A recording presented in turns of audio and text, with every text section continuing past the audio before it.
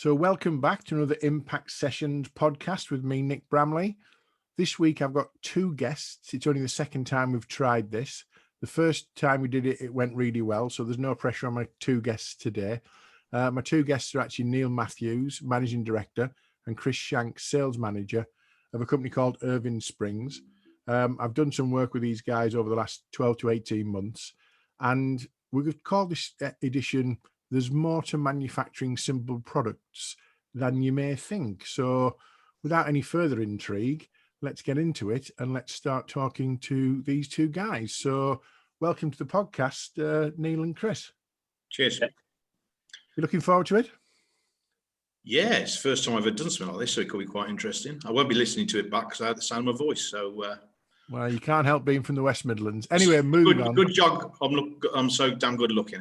Well, most people consume it on audio, so you've lost the point there, Chris, Neil. But there we go. Right. So, as I said, I'm delighted to have you both on. We've done some work, as I say, on various programs over the last sort of 15 months or so. And why I wanted to get you on is I've kind of watched the journey, in particular, how you developed the business in what I can only describe as challenging times for most people. I wanted to explore a little bit about that with both of you. And you've got some interesting insights on, what manufacturing's about and what on the face of it might be fairly simple products. So let's start with a bit about Irvine Springs. Chris, give us a geography lesson, where you're based. Give us a little bit about what you do in terms of what type of springs you manufacture, who uses them, how long you've been going, that kind of stuff. Yeah, so we've been around for 50 plus years now. We're based in Irvine, North Ayrshire, and for anyone outside of Scotland, it's in Scotland. And we manufacture almost every type of spring. Most people, when you mention springs, you think suspension spring in a car or a mattress or a pen. But springs are used almost everywhere in nearly every application, from like electronic toys to even out offshore on oil rigs. So it really depends on what you're working on.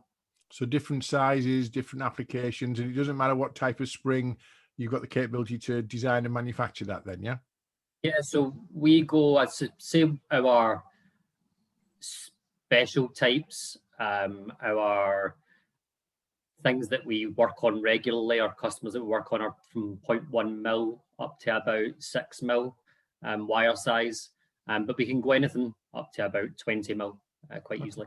Okay, no worries. And Neil, Irvine Spring, you're part of a wider business. You're part of Indutrade UK as a group. Do you want to explain a little bit about that and what that's about and kind of what the advantage of that might be for you? Yeah, sure. So Indutrade UK as an umbrella above that, which is obviously Indutrade in Sweden, Swedish owned. But Indutrade UK, we have the total of, I think there's 19 companies, but I think it comes under 15 entities. There's 15 MDs in a vast number of sectors, from springs, presswork.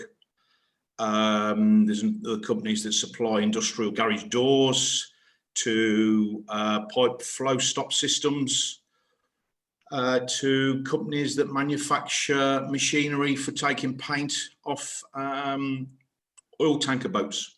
Okay. So it's a real diverse group of companies. It's very, very decentralized. So although we're under the umbrella of Indutrade UK, the management team that runs each business has the responsibility for the P&L. It has the responsibility to set its own budget. It has its own responsibility for setting its targets. It has its own responsibility for setting its capital expenditure every year. But the great thing is that Indutrade UK is there as a support mechanism. You'll have some central, I guess you'll have some central opportunities to work on bigger programs, and you might be able to think about supply chain stuff, and there's all sorts of advantages, I guess, around being part of something bigger. But looking at what you've said there, essentially we're talking about manufacturing companies who are making things and presumably quality is part of the aspect of Indutrade UK and why they look at companies and acquisitions like yourselves. Yeah, I do. You know, one of the things that Trade UK does is acquire the businesses. That's what it's there for. You know, we've all been acquired by Trade UK over the years. You know, the business I'm still originally with was acquired about 7 years ago. Irvine was acquired 4 years ago. You know, the business is a global business. There's over 200 businesses now in 30 countries, employing 7,000 business people. It's always looking to expand its portfolio with like-minded businesses. Okay, that's interesting. So you've got that sort of central cover, you've got that sort of financial muscle, etc. But you also trade independently under your own brand, and that's where Irvine Springs stays as Irvine Springs, and you know, on that basis. So Chris, let's talk about Irvine geographically. You're a manufacturing business in Scotland, in Ayrshire, lovely part of the world. It seems to us in England certainly that the pandemic lockdown regime seems to have been harder and a bit longer over the border in Scotland than it has perhaps even been for us in England. How's the last 12 months been for you in the business and as a team, given the severity of the lockdown, and particularly in Scotland? Yeah, I mean, I guess like most businesses, we probably didn't expect to still be in lockdown, but we have adapted. There's definitely been challenges. We've pushed through it, and our team, from my point of view, is definitely their safety and well-being has been a priority throughout all of this. We're lucky enough that as a manufacturing business, we have a lot of customers who produce essential equipment, and we've continued to support them throughout. We are Scottish, but we are a UK company, and yeah, typically Scots buy from Scots. It's something we're quite proud of, but we do manufacture and supply worldwide. So my hope is just that everyone throughout the world can get back to a time that, yeah, we may not take things for granted. Okay. So what have you had to do differently, and what have you learned, do you reckon, as you as the sort of sales manager responsible for still bringing in the business? And I guess from an operational point of view, I can pass that to Neil afterwards. You know, what have you learned, or what have you had to do differently to not just survive, but to be successful even despite the pandemic? Yeah, I mean, I think for us, marketing became the thing, and actually a marketing strategy. And although it's always something that we did, it was typically an add-on to the sales function. But because of COVID and businesses around us not operating the same, we had to make marketing a key part, if not the key part. So by the end of March, we changed our strategy. We decided to increase our presence on LinkedIn, and start using other social media platforms like YouTube to reach people that, yeah, we may not have been able to reach in the past. We're going to explore your LinkedIn strategy a little bit later as a separate sort of conversation piece, I think, because it's fair to say that it's been not a revelation necessarily, but certainly a big part of, a growth, an expansion really for you as a business. So explore that. But Neil, what's it been like for you? We'll explore your geography in a second, but just from running the business, how's it been, and what have you learned, in the challenging situation? Yeah, I think for me, being 300 plus miles away from the actual the business, it's been pretty tough. Like I say, I kind of alluded to earlier on, we are a very decentralized culture within the group. So that sort of decentralization kind of flows down within the business itself. So what you do is because I'm not there, people have taken up the mantle, and they've run with it. I'm 300 miles from the business. I'm sitting in Redditch, and it's been a challenge, especially through those really dark moments. I think early on it was the uncertainty, wasn't it? And I think we weren't sure. But for those who don't know, Redditch is in the West Midlands, which is in sort of the Midlands of England, really, and it's 300 miles up the M6. It's a straight drive if you're allowed to. But Nicola Sturgeon's been patrolling the borders, hasn't she? So are you saying you've not even stepped foot in the business for nearly a year then, Neil? Last time I was in the business was February last year. Wow. As we record this, we're in first week of March. So yeah, over 12 months since you set foot in the business, and yet the business has done really well. How have you managed remotely then? Through the, this time last year, or say in February, I don't think anybody had heard of Teams before, or Zoom, or anything of the such. No. So, we've done that. The good thing is it's all about everything in business is about communication. Mm-hmm. If you can communicate correctly, then that's half your battle, 3/4 of your battle. So the good thing is with the management team that we've got is that we've got a really, really good relationship. And even through good times or bad times, we've always had a very open way of working. So if difficult conversations had to be had, we've always had them. And then we've pushed on, agreed or disagreed, and pushed on. And I think that's really key to the way we've worked. I think what you're saying there, though, as well, is you didn't have to do much of a culture shift to make it work either. Some businesses had some real issues at the start of this pandemic with trust and with relationships and with communication, and didn't want people working from home, and wanted to micromanage the living daylights out of people. And I think those businesses who were in that boat have either had a massive culture shock or have not made it through the last 12 months, because you've not had to do that, because you've got the trust of someone like Chris running the sales. I've met a couple of the team from Irvine on different sessions, and they're all lively, they're all bright, they're all kind of invested, aren't they, in the business. And I think the fact that you're 300 miles away, Chris, has that been a benefit to you, not seeing Neil very often? I mean, to be honest, I've not seen anyone very often, because although Neil's not been actually up in Scotland, as we said, since February, I've very rarely been in the business, as in actually in the factory, since March last year, other than maybe 2 weeks, 3 weeks, where there's been the possibility. I've been working remotely as well. So as Neil says, it's right. The fact that we can all trust each other, the fact that I know that the guys are doing a job in the factory when they're there, and the guys know that I'm doing a job when I'm at home. It allows us to continue operating successfully. That's fantastic to see. And I think I've got a note down here that I think it's fair to say we were all glad to see the back of 2020.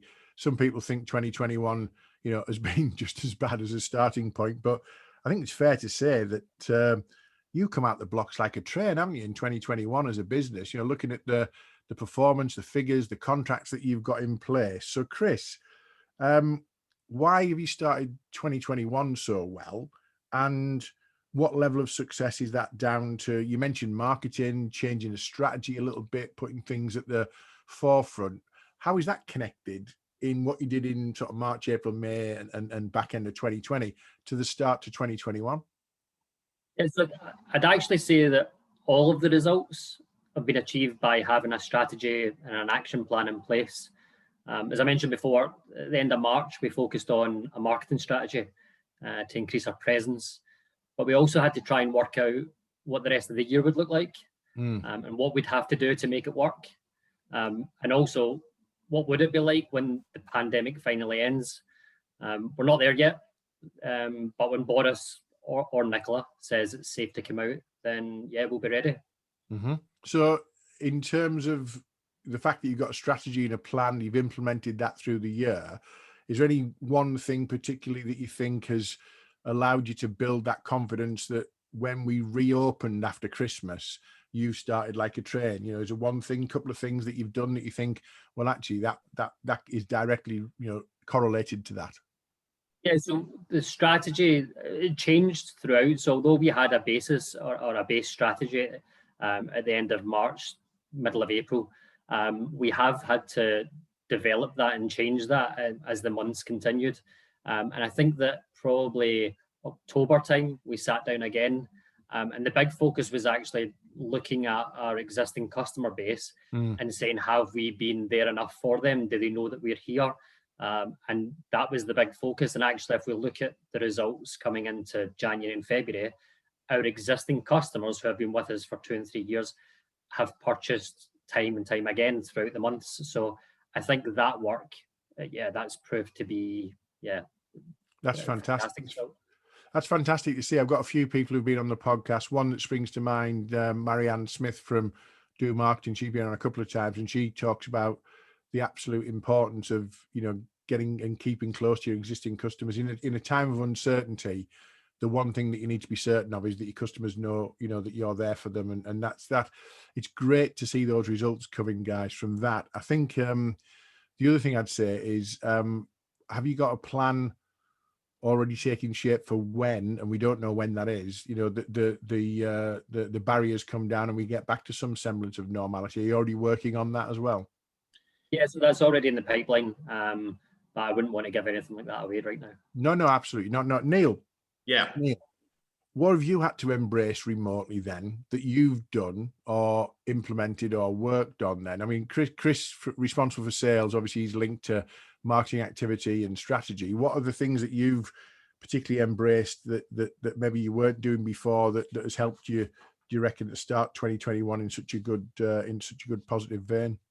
I think for me, being always looking at the EBIT and the GP, again, early on last year, March time, we identified the fact that we've got to be really careful with our cash flow, really careful with our operating working capital, and really, for example, we'd probably buy some wire in February, manufacture the part in March, and sell it in April. We looked at the way we at that strategy and said, is there any way that we could actually purchase it in March, make it in March, and sell it in March? And I think that was absolutely one of the key areas. And I have to say it, I think we've come out of the pandemic far more savvy as a business than probably when we went in. Because we look at our costs, we look at our expenses, we look at our creditor and debtor days, and we continue looking at these. Now, I'm not saying we didn't look at them in 2019, we did. I think we're a far more leaner and keener business now because we've looked at these and understood them and the effects that can have on the business's performance through the very, very dark times. I mean, you've had to be casting a more critical eye over, I guess, every aspect of the business, and like you say, you were a pretty well run business beforehand, and what you've done now is you've tightened everything up, haven't you, around that? I really like the idea of looking at your supply chain and can we buy it, manufacture it, and sell it in a shorter period. How has supply been, Chris, in terms of raw materials in? Where do you get your raw materials from? Have you had any supply chain issues with getting product in? How was that, particularly in the early days when the uncertainty was like the world seemed to stop for a few weeks? Certainly, how's it been for you? Yeah, I mean, as Neil alluded to, we originally, the way we operated is we would have stock sitting, and we do still have a large raw material stock. We've just tried to, where possible, where we're not having to support specific customers with those requirements, that we reduce it where we can. But we contacted all our suppliers, and actually we're in a really good position where all our suppliers are in the UK. Oh. So Brexit, the pandemic, those sort of circumstances, those things that happen around the world haven't really affected us, which is a good place to be in.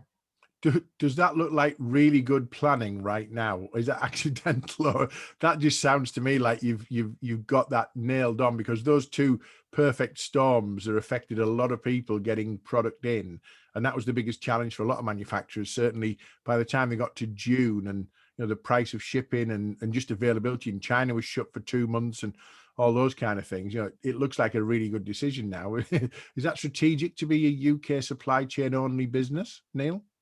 Yeah, I think it is. I think it's a conscious decision that, we might talk about UK manufacturing later on, but for me, it's a conscious decision that we look after UK manufacturing first.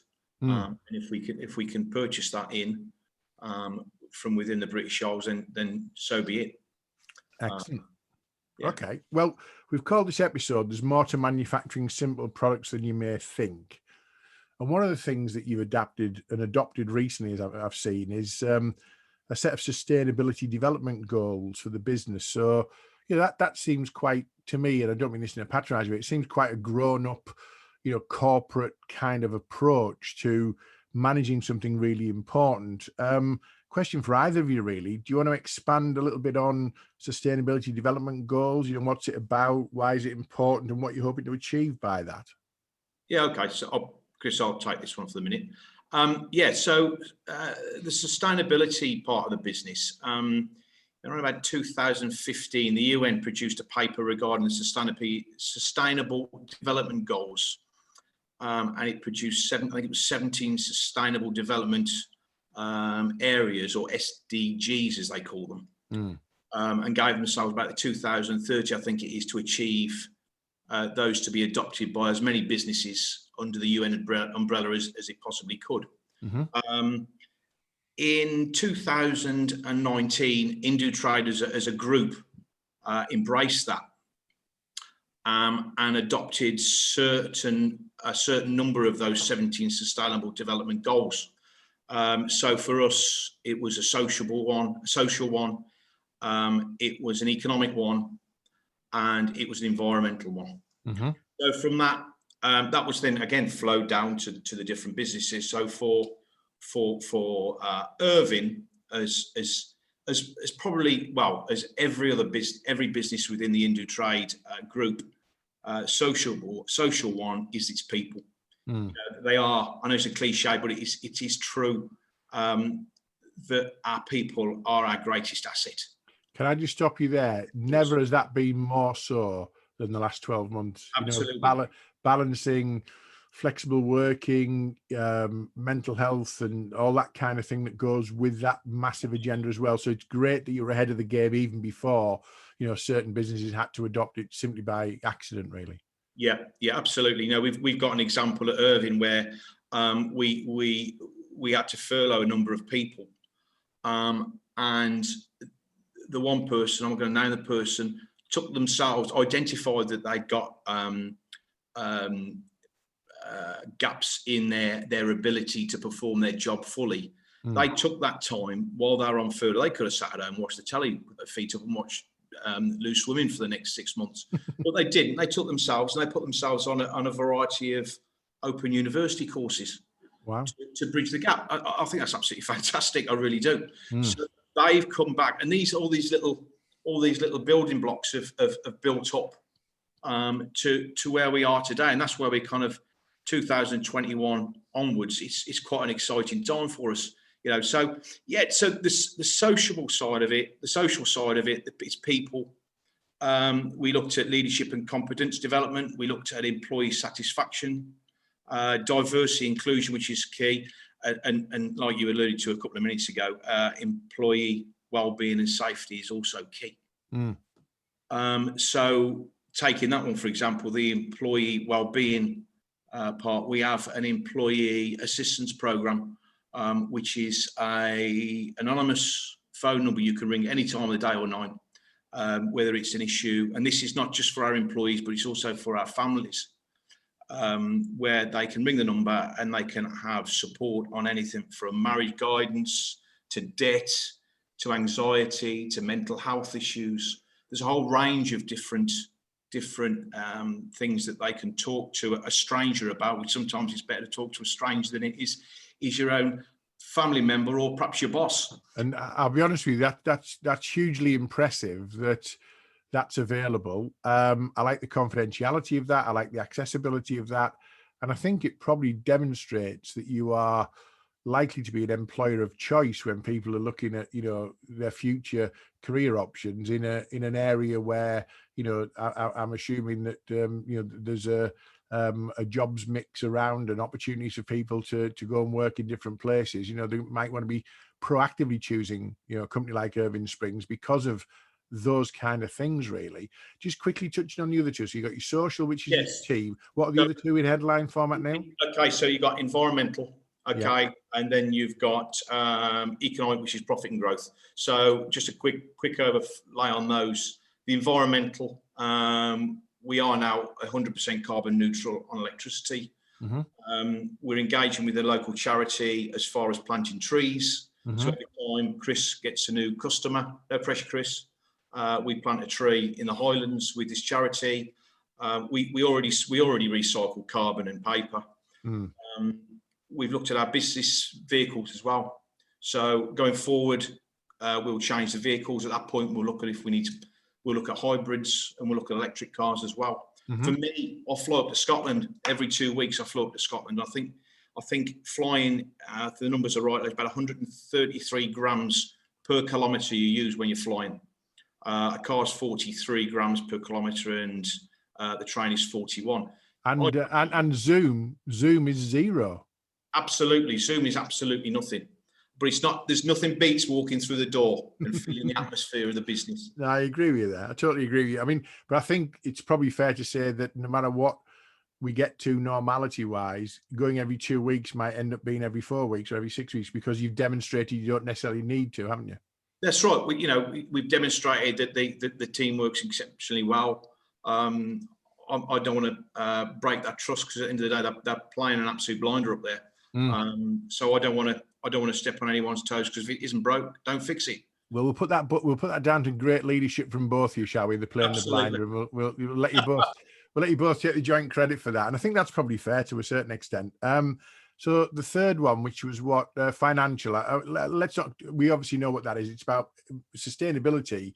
Is about making sure you're still here next month and next year and the year after, isn't it? And and investing profits in the right way and all that kind of thing. So I'm going to ask Chris, because Chris is head of sales in terms of sales manager. Do you think sustainability development goals give you sort of a competitive advantage, or is it just a conversation piece at this stage? Where does it sit in your sales conversation, Chris? I don't think it's linked to sales. I don't think it needs to be. Not everything you do in a business should be sales orientated. Yeah, we all want to win new customers. We all want to grow, but there's actually just a time where you've just got to do what's right. And for me, yeah, sustainability for our employees, that's number one. And then the environment for me comes straight after. As a salesperson, yeah, I do get involved with the finance side of things. But if you're just looking at sustainability, those two are the ones that I go after. And I think everything we can do to help our people and everything we can do to help the environment is definitely for the positive and unrelated to sales in any way. What I meant by that, I wasn't saying sort of, will it help you get more sales, but is it a conversation with organizations who are more aware themselves and saying, what do you do about and what's your view on this? Because I work with some big organizations and they're asked to produce a policy on anything from, anti-slavery to money laundering to whatever it might be. So, sustainability development goals, I guess in some respects, are a conversation piece. I'm not saying that they're going to be the advantage that you're not going to leverage them just to get sales, but you're doing it for the right reasons. But does it become a conversation in, with some of your potential customers anywhere? Yeah, I think there's a lot of other businesses out there that feel that they should do the same. And actually, it's probably more for the larger businesses that there's become a philosophy that they'll only work with people doing similar things. So yeah, I suppose in that side of it, it's definitely a conversation opener that actually we are heading in the same path, and people like that, businesses like that. I think everybody needs to be more conscious of how we're operating and what we can do to better ourselves. Excellent. Okay. Well, I'm going to skip forward to something we talked about earlier. And again, Chris first, I guess. We talked about your marketing strategy, and you talked briefly about embracing LinkedIn and doing a bit more on LinkedIn on that basis. And we discussed that off air, and I know that you've done quite a bit. Given that many B2B manufacturing businesses are either not using it very well, probably skeptical about social media and LinkedIn potentially, without giving away your crown jewels, how have you made it work for you? Why does it sit where it sits now? What have you done? I don't want you to share trade secrets so your competition start copying you, but what have you done to embrace it? It's a difficult one to give anything away. Okay. Or to say anything without giving away our strategy. But what I'd probably say is, on your question, to businesses who've kind of shied away from LinkedIn or don't think it's worthwhile, I would probably have agreed with them a few years back. We had other ways of communicating with our customers and our colleagues, like visiting them or attending exhibitions or networking events. Yeah. But we haven't had that for the past 12 months. And although the future is looking better, I think the pandemic has brought forward the inevitable use of social media platforms for business considerably. I think someone said that we've advanced our digital capability 5 years in less than 8 months. And I think it's fair to say that you've embraced that as a business, haven't you? That kind of accelerated learning, if you like, around that whole thing. We did a session probably before the lockdown on LinkedIn, and you both, I think, were part of that with other people. And it's fair to say at that stage you weren't really, it wasn't central to what you were doing. It was just a peripheral, we do a bit of LinkedIn.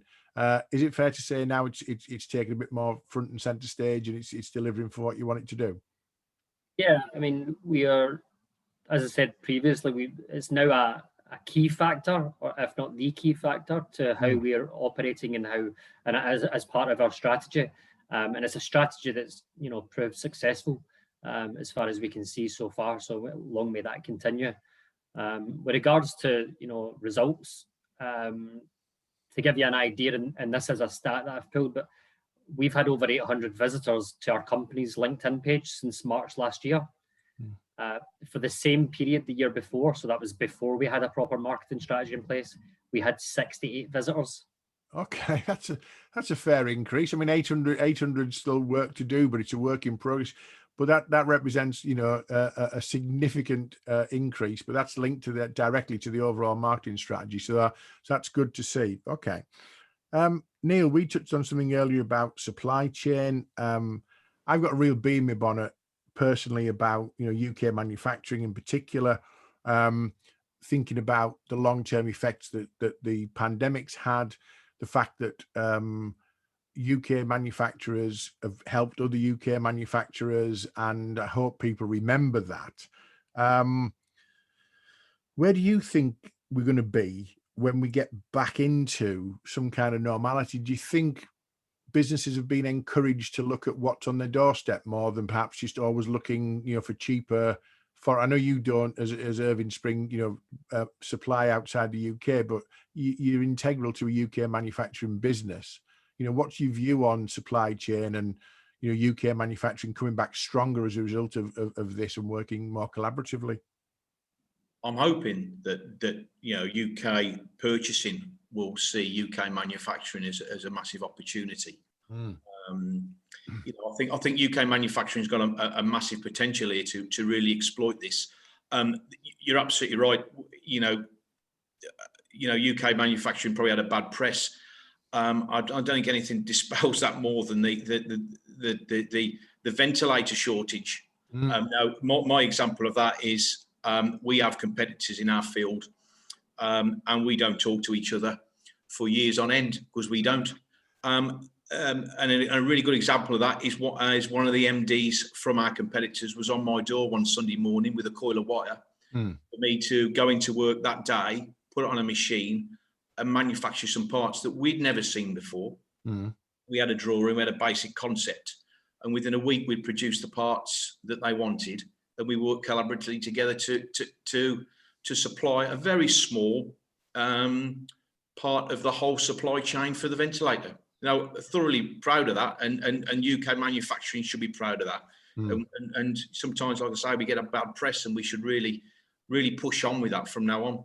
Well, I think that we should be looking at more collaboration. I think we should be looking at more awareness. I had a client a number of years ago, and it's rankled with me for years that they used to import sort of cheap Far East imports,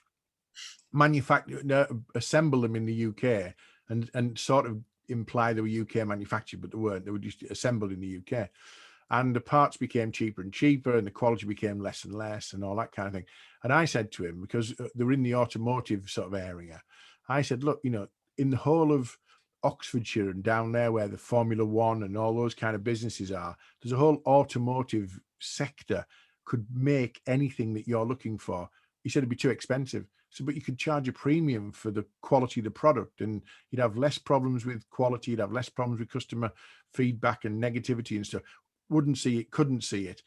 I would hope now people are looking and going, where do we get our supply from? And, you know, is that going to help us if there's another, whatever the next thing might be? Because, you know, you don't want to be reliant on the expense of shipping, you know, the availability of stock, you know, countries shutting down their borders.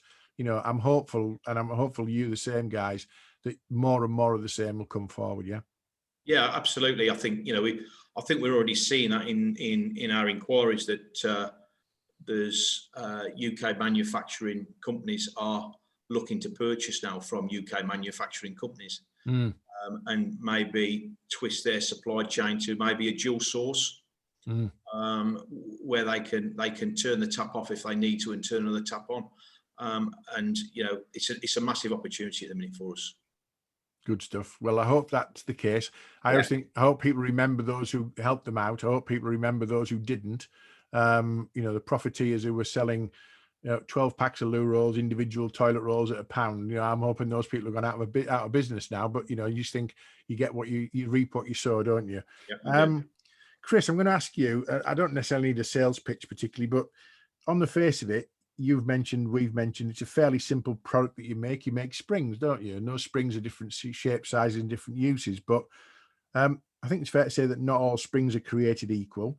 So what do you do in a springs manufacturing sector to stand out from the competition? So, you know, how much value do customers and potential customers put on your differentiators? What are they, and why do you stand out? Yeah, I suppose on the face of it, a spring is a spring. But the difference that we find is actually the correct spring selected specifically for that application that you're looking at can make a massive difference on quality of performance and your productivity, repeatability. We do a lot of work. Actually, probably the majority of our work is with engineers looking to develop new products. And although what we find anyway is that springs are typically the last thing that people think about, sometimes it's the most critical. And that is where we help out. I think that's the biggest differentiator, is that we'll carry out design reviews, we'll suggest alternative options. We've been around for a long time, and the knowledge and skill of our spring makers have, if I can make a boast, second to none. I guess there's nothing much you haven't seen in spring manufacturing over 50 odd years, I guess. And it's that trust in the design process. What I like about what you do is from a design point of view, is you won't necessarily give people what they think they want. You'll give people what actually they need, don't they? Which is sometimes quite different, I would imagine, isn't it? Yeah, we have, both in the past and even currently, we have customers who come to us and say, I need this is what I need. And actually, we will go back and say, well, actually, if you do this or do that, this could save you X amount. And also your performance would be far better. You do initially get the, but I'm right. And eventually having a conversation and now having meetings through Teams or Zoom, they realise obviously the importance of having that knowledge base and what it is we can offer. I think you've got engineer to engineer, you know, who's got the most qualifications and skills, like anything, isn't it? You know, I work with a couple of IT companies, and, you know, they've got people who are qualified to a certain level in certain Microsoft products. And, you know, I know more than you know more than me. It's trying to find that balance, I guess, isn't it, really? Okay. Well, listen, a final question for either or both of you, I guess, is that whilst 2021 has started off like a train, what does the rest of 2021 look like for you? And what's the plan for the future? You know, maybe Neil not coming up very often, even when he's allowed to, those kind of things. What's the rest of 2021 look like in terms of your confidence, and what does the future hold beyond 2021 as far as you can foresee the future, really, guys? I think take this. Go on, Chris. No, I was going to say, do you want to take this one? Yeah, okay, cheers. 2021 for us is an exciting time. We've slingshot out of 2020. You know, if you look at 2020, December 2020, as a number, we were actually 78% up on turnover in December 2020. Now you think, I bet they've come from a really low level. Well, we didn't. 2019 was one of the best years we've ever had within the business. So 2021 is going to be an exciting year for us. We've got so much development going on.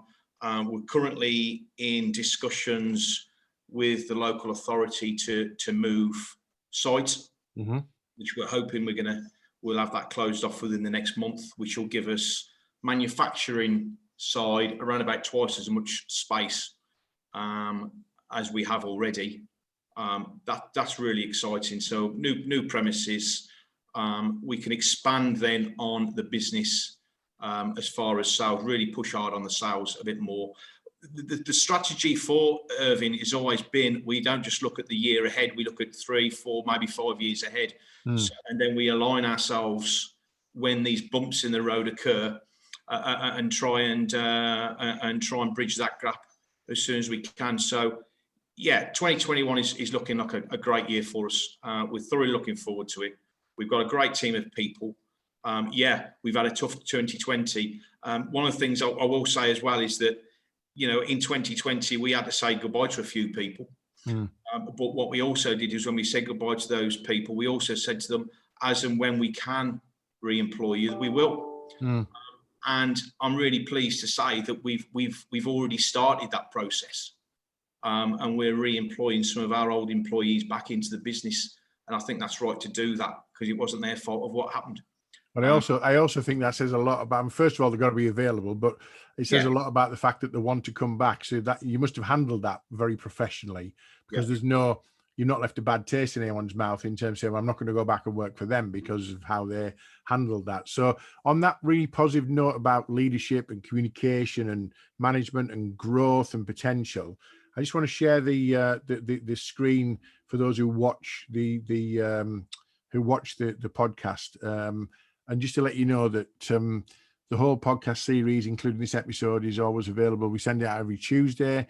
Then it's hosted on all the popular podcast platforms like iTunes, Spotify. It's on our YouTube channel. It's on IMPACTUS Group's website, Podbean, Castbox. Basically, search Impact Sessions Nick Bramley. You can't fail to find it on whichever podcast platform that you've got.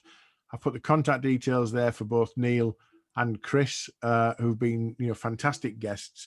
Those details will be in the episode notes on whichever platform you choose to view or listen to the podcast on. And all that remains for me to say, guys, is you've been fantastic. It went really well from a 2-on-1. We managed that quite well, so there's no issues there. Thank you for being really positive. Thank you for being great guests, and I look forward to working with you in another positive 2021. Thanks, guys. Thanks, Nick. Thanks for inviting us. I think we've just thoroughly enjoyed it. Cheers. See you soon. Okay, take care.